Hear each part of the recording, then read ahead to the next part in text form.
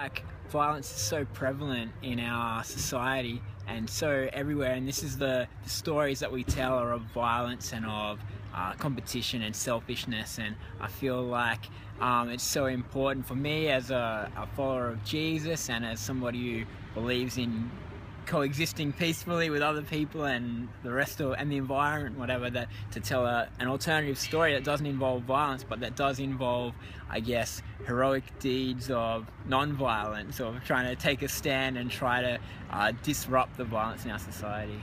If people are going to continue to go on the kind of path that we have, that is selfish and violent and racist and whatever, these kind of things that we've seen, then yeah, war is inevitable. But I also think that there's another way that we can live, and that the possibilities are there for us to live in a different way, and that one that won't lead to violence everywhere or oppression of any kind.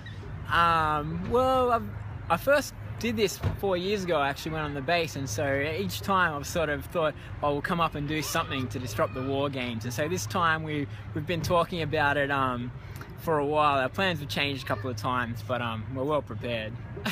I suppose there's a slight possibility of that. I don't expect it's very likely, but I think that, you know, at any day you could die from some random thing, and so you might as well die doing something you believe in.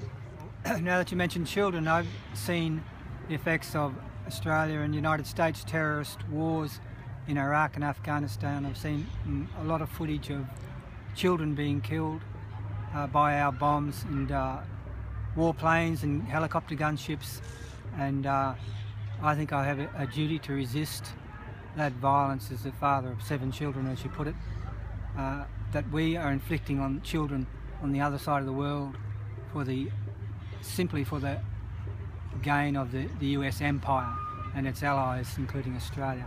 You mentioned children. I've seen the effects of Australia and United States terrorist wars in Iraq and Afghanistan. I've seen a lot of footage of children being killed by our bombs and warplanes and helicopter gunships, and I think I have a duty to resist that violence as the father of 7 children, as you put it, that we are inflicting on children on the other side of the world simply for the gain of the US empire and its allies, including Australia.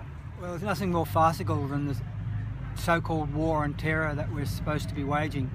To bomb children from 27,000 feet is surely as much an act of terrorism as cutting off someone's head. Children being shredded by a bomb strapped to a suicide bomber's chest is no more an act of terrorism than being shredded by cluster bombs, which the US has routinely dropped in its wars in Iraq and Afghanistan and elsewhere. So there is no war on terror. There is only a war of terror, and the only ones resisting it are those resisting non-violently, who refuse to use terrorist tactics with bombs and guns. And that's what we're doing by going into Shoalwater Bay. We're showing there's another way, a non-violent way of resisting. I've been into Shoalwater Bay a few times, but I've been doing peace activities for a lot longer. I want to show our fellow Australians that Christians, there are some Christians especially, who take seriously the words of Jesus about putting up your sword, loving your enemies, and the only way to resist, to let people know, the only way for a Christian to resist war is non-violently, and that's the message I'd like to get across. Australia's military is following the US into every war that is illegal and immoral, and the civilian deaths are unjustifiable. It's to trespass on the Shoalwater Bay Military Training Area and disrupt any war rehearsals that will be happening in that space. I think the deaths overseas is just so bad, so catastrophic, that any risks that me as an Australian citizen takes is just quite meagre in comparison.